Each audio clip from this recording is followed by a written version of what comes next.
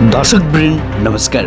YouTube channel info खबरमा तपाईलाई हार्दिक स्वागत छ। आज मङ्सिर 29 गते दिनभरिका 10 ठूला समाचारहरू यस प्रकार छन्। पछिल्लो 24 घण्टामा 830 संक्रमित, 9 जनाको मृत्यु। उखुको भुक्तानी नपाएपछि उखु किसानहरूद्वारा काठमाडौँमा प्रदर्शन सुरु।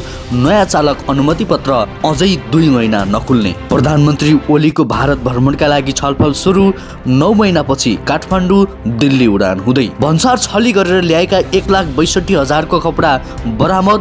भिजिट भिसामा सेटिङको आशंकामा अध्यागमनका 13 अधिकृत मन्त्रालय तानिए। मेलम्चीको हेडबक्स निर्माण तोकिएको अवधिमा सम्पन्न नहुने। नेपाल आयल निगमद्वारा पेट्रोलियम पदार्थको मूल्यमा पुनः वृद्धि। वर्षाका सबै सरकारी कार्यालय पुसदेखि खुल्ने लगायतका महत्त्वपूर्ण समाचारहरूको साथमा म सन्तोष कठायत उपस्थित भइसकेको छु।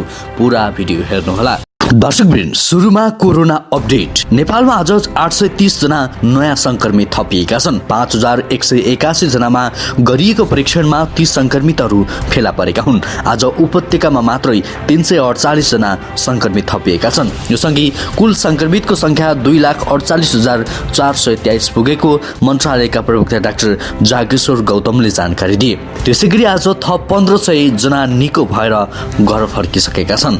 यो सहित कोरोनाबाट निको हुनेको संख्या 2,35,731 पुगेको छ। कोरोनाबाट निको हुनेको दर बढेको छ। आजको तथ्याङ्क अनुसार 94.9% संक्रमित निको भएका छन्। त्यस्तै कोरोनाबाट पछिल्लो 24 घण्टामा 9 जनाले ज्यान गुमाएका छन्। यो सँगै कोरोनाबाट मृत्यु हुनेको संख्या 1,698 पुगेको छ। अब देशभर सक्रिय संक्रमितको संख्या 10,994 जना रहेको छ। तीमध्ये संस्थागत आइसोलेसनमा 4,762 जना रहेका छन्। त्यसैगरी उखु मिलले भुक्तानी नदिएपछि सर्लाहीका उखु किसानले आन्दोलन सुरु गरेका छन्। चिनी उद्योगबाट उखुको भुक्तानी नपाएपछि सर्लाहीका किसानहरू काठमाडौँ आएर हिजो आइतबारदेखि आन्दोलन सुरु गरेका हुन्। पहिलो चरणमा माइतीघर मण्डलामा शान्तिपूर्ण प्रदर्शन गर्ने र सरकारले आफूहरूलाई पैसा नदिलाए कडा आन्दोलन गर्ने चेतावनी समेत किसानहरूले दिएका छन्। उखु किसान संघर्ष समिति सर्लाहीका संरक्षक राकेश मिश्रले यसपटक किसानको पुरै पैसा नपाउँदासम्म आन्दोलन नरोकिने बताए। संरक्षक मिश्रले तिहार अगाडि उद्योग मन्त्री लेखराज भट्टलाई भेट गरी स्मरण पत्र बुझाएर छठ पर्वसम्म भुक्तानी दिलाइदिन माग गरे पनि पैसा नआएकाले आफूहरू काठमाडौँ आएर नै आन्दोलन गर्न बाध्य भएको बताए। मन्त्रालयहरूले उद्योगीहरूको सम्पर्कमा छौं भन्ने तर किसानहरूलाई रकम भुक्तानी गराउन नसक्ने भएकाले सरकार र उद्योगी बीच मिलेमत्तो भएको हुन सक्ने आशंका पनि किसानहरूको छ। यसअघि किसानहरू कार्तिक 23 गते मिल सञ्चालकबाट उखुको रकम भुक्तानी गराउन माग गर्दै काठमाडौँ आएका थिए। किसानहरूले 2076 पुस 18 गते मन्त्रालयको उपस्थितिमा किसान र उद्योगी बीच भएको समझदारी कार्यान्वयन नभएको भन्दै उद्योग मन्त्री भट्टको ध्यानआकर्षण गराएका थिए। गत वर्ष भएको सम्झौतामा नेपाल सरकारबाट निर्धारण भएको उखुको मूल्य बमोजिम उखु किसानहरूको सम्पूर्ण बक्यौता रकम चिनी उद्योगीहरूले 2076 माघ 7 गते भित्र भुक्तानी गरिसक्ने व्यवस्था मिलाउन उद्योग वाणिज्य तथा आपूर्ति मन्त्रालयले आवश्यक समन्वय र सहजीकरण गर्ने उल्लेख गरेको छ। त्यसैले पनि सरकारले नै उखुको भुक्तानी दिलाउने जिम्मेवारी लिएर पनि दिलाउन नसकेको भन्दै यसपटक किसानहरू निर्णायक आन्दोलन गर्ने बताएका छन्। उखु किसानहरूले उद्योगीहरूबाट करिब 90 करोड रुपियाँ उठाउन बाँकी रहेको बताएका छन्। दर्शकवृन्द, सरकारको यो लापरवाही तपाईलाई कस्तो लाग्यो कमेन्ट गर्नुहोला र सरकारलाई के भन्न चाहनुहुन्छ र उखु व्यवसायीहरूलाई के भन्न चाहनुहुन्छ कमेन्ट गर्नुहोला। त्यसैगरी प्रधानमन्त्री केपी शर्मा ओलीले भारत भ्रमण गर्ने चर्चा सुरु भएको छ। पछिल्लो पटक भारतबाट उच्च स्तरीय भ्रमण हुँदै गर्दा ओली पनि पछिल्लो समय दुई देश बीचको समस्या समाधानका लागि भारत भ्रमणमा जान चाहेको उच्च स्रोतले जनाएको छ। यसका लागि भित्रभित्रै छलफल सुरु भइसकेको स्रोतको दाबी छ। नेपाल भारतको बीचमा देखिएको सीमा समस्याको बारेमा राजनीतिक रूपमा समाधान गर्ने पहल सुरु भएको छ। विपुले कालापानी लिम्पियाधुरालाई लिएर नेपाल भारत बीच विवाद रहेको छ। सुरुमा त्यो क्षेत्र समेटेर भारतले नक्सा बनायो भने पछि नेपालले पनि आफ्नो भूभाग भन्दै सो क्षेत्रलाई समेटेर नक्सा सार्वजनिक गर्यो। नयाँ नक्सा सार्वजनिक गरेर नेपालले संविधान संशोधन पनि गर्यो। सोही प्रकरणमा नेपाल र भारत बीच दूरी बढे पनि पछिल्लो पटक समस्या समाधानका लागि पहल भइरहेको अवस्थामा प्रधानमन्त्रीकै भारत भ्रमणको चर्चा सुरु भएको हो।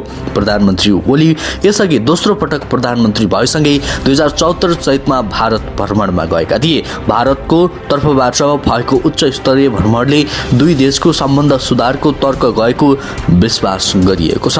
सीमा विवाद समस्याका लागि दुवै देश गम्भीर भएका छन्, त्यसैका लागि भारतको तर्फबाट उच्च स्तरीय भ्रमणहरू भइराखेका छन्। स्रोतले भन्यो, सम्बन्धलाई अझै सुधार गर्न प्रधानमन्त्री ओलीले पनि भारत भ्रमण गर्न चासो देखाएका छन्। दर्शकवृन्द, भारत भ्रमण जाँदै गरेका प्रधानमन्त्री ओलीलाई तपाईँको सन्देश के हुन्छ कमेन्ट गर्नुहोला। त्यसैगरी नयाँ सवारी चालक अनुमति पत्र अझै 2 महिना नखुल्ने भएको छ। झन्डै 9 महिनादेखि बन्द रहेको सेवा तत्काल खुलाउँदा धेरै सेवाग्राहीको भिड लाग्ने र संक्रमण फैलिन सक्ने भनी तत्काल नखुलाउने गरी छलफल अघि बढेको हो।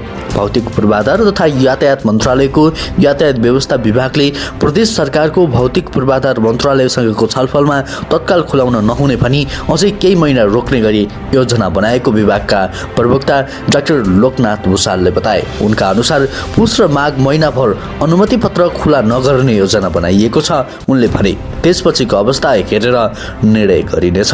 लामो समयसम्म अवरुद्ध भएकाले तत्काल खुलाउँदा सेवाग्राहीको धेरै भिड हुन सक्ने देखिएको प्रवक्ता डाक्टर भुसालले बताए। नयाँ अनुमति पत्रका लागि परीक्षा दिने र वितरणको काम र प्रदेश सरकारले गर्ने भए पनि छाप्ने काम र त्यसको अनलाइन सिस्टम विभागसँग हुन्छ। त्यसैले प्रदेश सरकारले विभागसँगको समन्वयमा मात्रै नयाँ अनुमति पत्र खुलाउने उनको भनाइ छ। धेरै सेवाग्राहीले अनुमति पत्र कहिले खुल्छ भन्दै विभागमा चासो राखेपछि सम्बन्धित प्रदेशमा नै बुझ्न भनिएको उनले बताए। प्रदेशले पनि हतारमा खुलाउने भन्दा तत्काल स्वास्थ्य सुरक्षामा ध्यान दिनुपर्ने धारणा राखेका छन्। उनले भने सेवाग्राहीले हतार गरे पनि संघीय सरकार र प्रदेश सरकार दुवैले अहिले नखुलाउने सोचेका छन्। विश्वव्यापी रूपमा फैलिरहेको कोभिड-19 संक्रमण नेपालमा समेत देखिन थालेपछि सरकारले गत चैतमा बन्दाबन्दी लागू गर्ने निर्णय गरेको थियो। 4 महिनासम्म ठप्प भएको सरकारी कार्यालय असारमा मात्रै खुलेका थिए। असारमा यातायात कार्यालयहरूले नवीकरण र वितरण सुरु गरेपछि नयाँ चालक अनुमति पत्रका लागि परीक्षा लिएका छैनन्। दर्शकवृन्द, सरकारको यो निर्णय तपाईलाई कस्तो लाग्यो? कृपया कमेन्टमा आफ्नो प्रतिक्रिया जनाउनुहोला। त्यसैगरी अब अर्को समाचारतर्फ लागौं। भिजिट भिसामा वैदेशिक रोजगारीमा पठाउने गिरोहसँग मिलेको आशंकामा गृह मन्त्रालयले त्रिभुवन अन्तर्राष्ट्रिय विमानस्थल अध्यागमन कार्यालयका 13 अधिकृतलाई मन्त्रालयमा तानेको छ। प्रारम्भिक छानबिनमा गल्ती देखिएकाले उनीहरूलाई त्यहाँबाट हटाइएको मन्त्रालयले जनाएको छ। भिजिट भिसामा ठूलो संख्यामा युवा युवतीहरूलाई संयुक्त अरब इमिरेट्स, युएई र कतार पठाइएको पाइएपछि मन्त्रालयले उपसचिव रुद्र पण्डितको नेतृत्व छानबिन गरिरहेको छ। सो समितिकै सिफारिसका आधारमा 13 अधिकृतलाई मन्त्रालय तानिएको हो। अन्तर्राष्ट्रिय उडान खुलेसँगै ठूलो संख्यामा नेपाली भिजिट भिसामा युएई गएका थिए। घुम्ने नाममा पनि त्यहाँ गएर काम गर्नेहरू धेरै रहेको मन्त्रालयको आशंका छ। खास गरी रातको समयमा ड्युटीमा खटिएका अध्यागमन अधिकृतहरू छानबिनमा तानिएका छन्। भिजिट भिसामा रातिको समयको उडानबाट धेरै विदेश गएको पाइएको थियो। केही मेन पावर कम्पनी र ट्राभल एजेन्सीको सेटिङमा संयौं युवा युवती काम गर्न विदेश गएको पुष्टि भएको स्रोत बताउँछ। भिजिट भिसामा कर्मचारीहरूबाट अधिकार दुरुपयोग नहोस् भनेर नियमित रूपमा अनुगमन भइरहेको अध्यागमन विभागका निर्देशक रामचन्द्र तिवारीले बताए। त्यसैगरी कोभिड-19 का कारण काममा पुगेको बाधाले मेलम्ची खानेपानी आयोजनाको हेडबक्स निर्माण तोकिएको अवधिमा सम्पन्न नहुने भएको छ। बन्दाबन्दीको समयमा निर्माण सामग्री र जनशक्ति दुवैमा समस्या भएको आयोजनाले जनाएको छ। सुरुङसँगै हेडबक्सको बाँकी काम सम्पन्न गर्ने गरी सरकारले गत वर्ष असोजमा चुनिया निर्माण कम्पनी सिनो हाइड्रोलाई जिम्मेवारी दिएको थियो। तोकिएको अवधि आगामी पुसमा सकिने नदेखिएको आयोजनाका सूचना अधिकारी राजेन्द्र प्रसाद पन्तले बताउनुभयो। उहाँका अनुसार कोभिडका कारण ढिलाइ भइरहेको आयोजनामा 6 महिना अवधि थप्न सकिने सरकारको निर्णयका आधारमा थप्न लागि हो। उहाँले भन्नुभयो, चैतसम्ममा आयोजनाले काम सम्पन्न गर्छ भन्ने हामीलाई लागेको छ। निर्माण कम्पनीले आगामी चैतबाट पानी पथान्तरण नै गर्न सकिने बताएको सूचना अधिकारी पन्तले जानकारी दिनुभयो। उहाँका अनुसार गत असारमा सुरुङको परीक्षणका क्रममा अस्थायी बाँधबाट पानी सुरुङमा पठाइएको थियो। अहिले आयोजनाले पुनः पानी पथान्तरण गर्ने योजना बनाइरहँदा हेडबक्स निर्माण सकिएमा त्यसैबाट पथान्तरण गर्न सकिनेछ। बन्दाबन्दीका कारण फर्किएका कतिपय कामदार आउन नसकेको र निर्माण सामग्री ल्याउन कठिनाइका साथ सामान्य अवस्था जसरी काम हुन सकेको थिएन। निर्माण कम्पनीले उपलब्ध जनशक्ति सामग्रीबाट निर्माण गरिरहेको थियो। स्थानीयवासी र स्थानीय तहहरूले आयोजनाका कारण कोभिड-19 को जोखिम भएको भन्दै बन्द गर्न भनिरहँदा पनि आयोजना सञ्चालनमा थियो। लामो समयसम्म पनि सम्पन्न नभएको राष्ट्रिय गौरवका आयोजनाहरूमा यो आयोजना पर्छ। काठमाडौँ उपत्यकामा रहेको खानेपानी समस्या समाधान गर्न मेलम्चीको पानी काठमाडौँ ल्याउन संस्थागत पहल सुरु भएको 2 दशक भयो। विक्रमसम्म 2056 मेलम्ची खानेपानी विकास समितिको गठन भएको थियो। आयोजना निर्माणका लागि एसियाली विकास बैंकसँग सन् 2001 मा सम्झौता भएको थियो। पछिल्लो पटक काम गरिरहेको इटालियली कम्पनीले गतिका साथ काम अघि बढाए पनि आर्थिक रूपमा टाँट पल्टेर कम्पनी फिर्ता भयो। केही महिनाको अन्यलपछि चिनिया निर्माण कम्पनीसँग बाँकी निर्माणको काम सम्पन्न गर्ने गरी ठेक्का सम्झौता भएको थियो। खानेपानी मन्त्रालयले पटक पटक काठमाडौँ उपत्यकामा मेलम्चीको पानी झारिने लक्ष्य राख्दै आएको थियो। पछिल्लो पटक असार मसान्तसम्म पानी झार्ने लक्ष्य राखिए पनि दुर्घटनाले त्यो समय धकेलिदिएको छ। त्यसैगरी नेपाल आयल निगमले पेट्रोल, डिजल र मट्टितेलको मूल्य बढाएको छ। निगमले प्रति लिटर डिजल र मट्टितेलमा 2 रुपियाँ तथा पेट्रोलमा 1 रुपियाँ मूल्य बढाएको छ। निगमले वृद्धि गरेको मूल्य शनिबार रातिदेखि लागू भएको छ। इन्डियन आयल कर्पोरेसनले डिसेम्बर 1 मा पठाएको मूल्य सूचीको आधारमा स्वचालित मूल्य अनुसार स्थानीय बजारमा पनि मूल्य बढाएको हो। नयाँ मूल्य अनुसार प्रति लिटर पेट्रोल 109 रुपियाँ पुगेको छ भने डिजल र मट्टितेल 91 रुपियाँ पुगेको निगमले जनाएको छ। हवाई इन्धन र खाना पकाउने ग्यासको मूल्य भने यथावत राखिएको निगमले जनाएको छ। त्यसैगरी कोभिड-19 महामारीका कारण प्रतिबन्ध गरिएको नेपाल भारत उडान करिब 9 महिनापछि पुनः सञ्चालन गरिने भएको छ। आगामी पुस 2 गतेबाट काठमाडौँ नयाँ दिल्ली उडान सञ्चालन गरिने भएको हो। काठमाडौँ नयाँ दिल्ली गन्तव्यका दुवै देशले दैनिक उडान भर्नेछन्। दुई पक्षका सरकारले एयर ट्रान्सपोर्ट बबल संयन्त्रको अवधारणा अन्तर्गत काठमाडौँ र दिल्ली बीच नियमित निर्धारित उडान पुनः सुरु गर्न अनुमोदन गरिएको नेपाल स्थित भारतीय राजदूतावासले जनाएको छ। नेपालको राष्ट्रिय ध्वजावाहक नेपाल वायु सेवा निगम र भारतको एयर इन्डियाले दैनिक उडान गर्नेछन्। नेपाल एयरलाइन्सले बन्दाबन्दीका कारण विक्रमसम्म 2076 चैत 10 गतेदेखि काठमाडौँ दिल्ली उडान स्थगित गराएको थियो। कोभिड महामारीका नियन्त्रणका लागि गत चैत 11 गतेदेखि देशभर बन्द गरिएको बन्दाबन्दी र त्यसपछिको निषेधाज्ञाका कारण करिब 6 महिनापछि गत भदौ 16 देखि नियमित अन्तर्राष्ट्रिय उडान सुरु भएको थियो। कोरोना संक्रमण दर उच्च रहेकाले भारतका 3वटा गन्तव्य नयाँ दिल्ली, मुम्बई र बङ्गलोरको उडान प्रतिबन्ध थियो। यही मङ्सिर 10 को मन्त्री परिषद बैठकले भारतले प्रस्ताव गरेको एयर बबल मोडर्नलाई स्वीकार गर्ने निर्णय गरेको थियो। नेपाल एयरलाइन्सले काठमाडौँबाट दिल्ली 1 उडान र इन्डियन एयरले दिल्लीबाट काठमाडौँ 1 उडान भर्नेछन्। यी उडानमा नेपालतर्फ यात्रुले 72 घण्टे PCR रिपोर्ट पेश गर्नुपर्नेछ भने भारतबाट आउँदा त्यहाँ अनलाइन फारम भर्नुपर्ने प्रावधान रहेको छ। दर्शकवृन्द, यो समाचार सुनेर तपाईलाई कतिको खुसी लाग्यो कमेन्ट गर्नुहोला। त्यसैगरी मोरङ प्रहरीले विराटनगर महानगरपालिका 6 सरोचियाबाट भन्सार छली गरी लुकाइएको कपडा बरामद गरेको छ।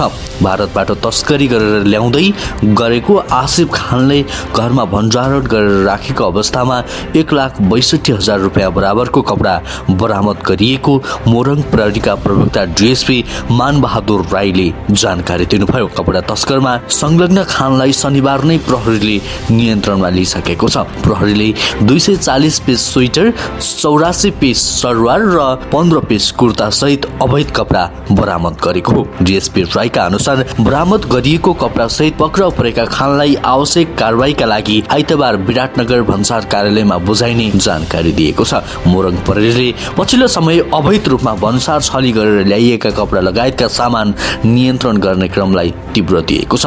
गत शुक्रबार विराटनगर 7 मा तरुण कुमार रौनी बनियारको गोदामबाट तस्करी गरेर ल्याई भण्डारण गरेर राखेको अवस्थामा 33,41,000 रुपियाँ बराबरको कपडा बरामद गरेको थियो। मोरङ प्रहरी प्रमुख एसएसपी सन्तोष खड्काले नेपाल भारत सीमा क्षेत्रबाट हुने अवैध तस्करी नियन्त्रणका लागि सीमा क्षेत्रमा विशेष निगरानी बढाएर कडाई गरिरहेको जानकारी दिनुभयो। त्यसैगरी पर्साका सबै सरकारी कार्यालय पुस 1 गतेदेखि पूर्ण रूपमा सञ्चालनमा आउने भएका छन्। कोभिड-19 महामारीका कारण पर्साका कतिपय सरकारी कार्यालयहरूले आंशिक सेवा दिँदै आएकोमा पूर्ण सेवा दिन लागि हो। जिल्ला प्रशासन कार्यालय, घरेलु तथा साना उद्योगको कार्यालय लगायतका कार्यालयहरूले पालिका अनुसार दिन तोकेर सेवा प्रवाह गर्दै आएका थिए। मङ्सिर 18 गते बसेको कार्यालय प्रमुखहरूको बैठकले सरकारी कार्यालयहरूले स्वास्थ्य तथा सुरक्षा सम्बन्धी सम्पूर्ण मापदण्ड पूरा गर्दै पुस 1 गतेदेखि पूर्ण रूपमा सञ्चालन गर्ने निर्णय गरेको थियो। सोही निर्णय अनुसार जिल्ला प्रशासन कार्यालय पर्साले समेत पुस 1 गतेदेखि पूर्ण रूपमा सेवा प्रदान गर्न लागेको छ। सहायक प्रमुख जिल्ला अधिकारी भीमकान्त पौडेलले आइतबार एक सूचना जारी गर्दै जिल्ला प्रशासन कार्यालयले समेत पुस 1 गतेदेखि पूर्ण रूपमा सेवा सञ्चालन गर्ने जानकारी दिएका हुन्। प्रशासनले समेत स्थानीय निकाय अनुसार सेवा प्रवाह गर्दै आएको थियो। स्वास्थ्य सुरक्षा मापदण्ड पालना गर्ने भनेर निर्देशन दिने भनिए पनि जिल्ला प्रशासन कार्यालयमै सामाजिक दूरी कायम नगरी भिडभाड हुने गरेको छ। नागरिकता लिन, पासपोर्ट बनाउन वा अन्य कामले प्रशासन गएका मानिसहरूले स्वास्थ्य सुरक्षा सतर्कताका मापदण्ड पालना नगर्ने गरेका छन्। सेवाग्राहीलाई व्यवस्थित नगरेर प्रशासन पनि मुक्त दर्शक बनेर बसेको आरोप लाग्ने गरेको छ। त्यसैगरी आइतबार 38 तोला सुन सहित 5 जना पक्राउ परेका छन्। काभ्रे 5 खाल नगरपालिका 2 घर भएकी 55 वर्षीय माइली तामाङको घरबाट शनिबार दिउँसो 2:30 बजे नगद र गरगहना चोरी भएको थियो। सोही घरका नगद तथा सुन चोरी गरेको आरोपमा प्रहरीले 5 जनालाई पक्राउ गरेको महानगरीय प्रहरी परिसर काठमाडौँका प्रवक्ता प्रहरी नायक उपरीक्षक प्रवेश विष्टले बताए। प्रहरीले ओखलढुङ्गाका 27 वर्षीय देवराज दाहाल, सिन्धुपाल्चोकका 24 वर्षीय रामचन्द्र चालिसे, काभ्रेका 23 वर्षीय राम तामाङ, 18 वर्षीय हुई बहादुर तामाङ, 18 वर्षीय राजन तामाङलाई पक्राउ गरेको हो। प्रवक्ता विष्टका अनुसार राजन तामाङ मुख्य आरोपित हुन्। चोरी गरी फरार भएका उनीहरूको हुलिया सहित खोज तलास पत्राचार गरिएको थियो। हुलिया अनुसार महानगरीय प्रहरी विरुद्ध लैनचौरबाट खटिएको टोलीले उनीहरूलाई आइतबार ड्र्यागन डिस्कोबाट पक्राउ गरेको हो। हिजो चोरी गरेर काठमाडौँ आएका रहेछन्। 2 जना भनी पैसा पाएर डिस्को छिरेछन्। उनले भने, हामीले थाहा पाएर पक्राउ गर्यौं, उनीहरूलाई उनीहरूको माध्यमबाट पक्रियौं, उनीहरूमाथि थप अनुसन्धान गर्न उनीहरूलाई काभ्रे पठाइएको छ। दर्शकवृन्द, आजको लागि महत्त्वपूर्ण समाचार तथा जानकारी यति नै। हरेक दिन बिहान ताजा समाचार र सत्य समाचार हेर्नको लागि हाम्रो YouTube च्यानललाई सब्स्क्राइब गर्न नबिर्सिनुहोला।